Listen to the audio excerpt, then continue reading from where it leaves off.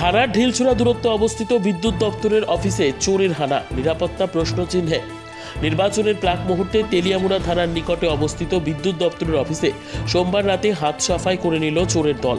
ঘটনার বিবরণে জানা যায়, তেলিয়ামুড়া বিদ্যুৎ দপ্তরের ডিভিশন 2-এর স্টোর রুমে মঙ্গলবার রাতে কোনো এক সময় চোরেরা বিদ্যুৎ সারাইয়ের কাজের বিভিন্ন সামগ্রী চুরি করে নিয়ে যায়। বুধবার সকাল নাগাদ ঘটনা প্রত্যক্ষ করে দপ্তরের কর্মীরা।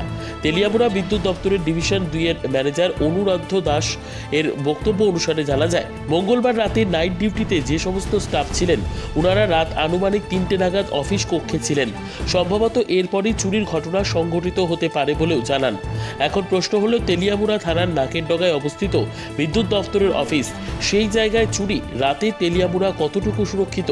এর উপর আবার নির্বাচনকে কেন্দ্র করে রয়েছে বাড়তি সুরক্ষা। এরপর চুরির ঘটনায় চিন্তিত বিভিন্ন মহল।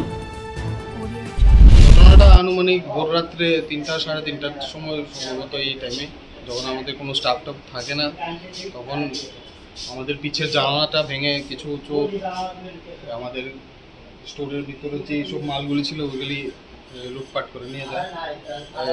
বিগত কিছুদিন আগেও এই ধরনের দুর্ঘটনা হয়েছে আমাদের সাথে, এবারও সেম টাইপের একটা ঘটনা ঘটলো। এখন আমরা অ্যাসেসমেন্ট করছি কী কী জিনিস হারানো গেছে, কী কী জিনিস বাকি আছে। এই কিছুক্ষণ পরে এটা জানা যাবে। আমরা আরও ভালো করে তদন্ত করে দেখছি। আমাদের যে মেইন স্টোরটা ওটাও খোলা হয়েছে, কিন্তু ওটার থেকে আপাতত এখনও কোনো মাল সরানো হয়নি ধারণা করা হচ্ছে, কারণ মালগুলি আনইনট্যাক্ট আছে। বাট ছোটো মালগুলি এইগুলি অনেক সরানো হয়েছে এখান থেকে, যা দেখা যাচ্ছে এখানে একদম খালি। এখনও আমরা অ্যাসেসমেন্ট করছি। আপাতত ধরা হচ্ছে যে 30 থেকে 40 হাজার টাকার মতো মাল সরানো হয়েছে এখান থেকে।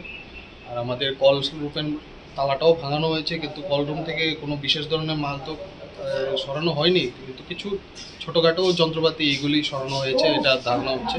কারণ আমাদের স্টাফরা আমাদেরকে রিপোর্ট করেছে তাদের কিছু যন্ত্রপাতি ওরা পাচ্ছে না। তো এখন আমরা জিজ্ঞেস করে দেখব তাদের কী কী মাল হারানো গেছে, কী কী মাল আমাদের কাছে এখনো আছে। আশা করি আমরা একটা ভালো একটা এস্টিমেট করতে পারবো কী কী ধরনের ড্যামেজ হয়েছে। তো আমাদের সিনিয়র ম্যানেজার আর ডিজিএম সাহেবও আমাদেরকে একটা ডাইরেকশন দেবে কী কী করতে হবে।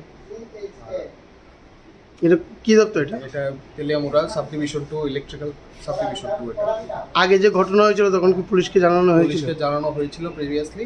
ওই পুলিশ এসে কিছু তদন্ত করে কিছু ফিঙ্গারপ্রিন্ট বাগেরা এইসব নিয়ে গেছিলো, কিন্তু এখন পর্যন্ত এটার কোনো সুরাহা হয়নি এই ঘটনাটা।